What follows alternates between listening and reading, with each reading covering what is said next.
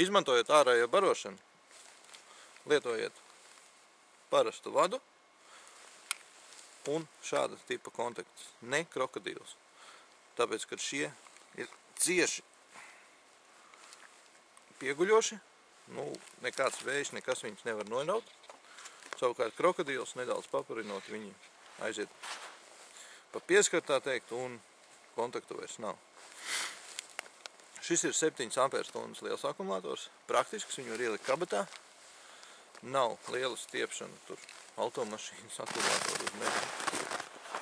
Šis ir jau zināmais jums mūsu turētājs.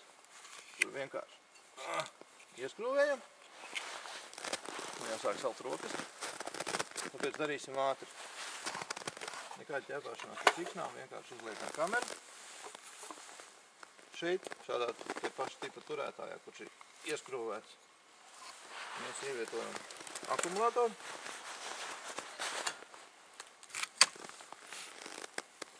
Un pieslēdzam barošanu. Kamera uzsāka savu darbu, pēc 30 sekundēm darbosies. Kad jūs atvienojat ārējo barošanu, neieteiktu to darīt aiz vada. Ņemiet aiz paša kontakta. Jo tīri vienkārši salā jūs variet izraut vadiņus no lodējuma. Un tas atkarīgs tā, kādas kvalitātes vads un kādas kvalitātes lodējums.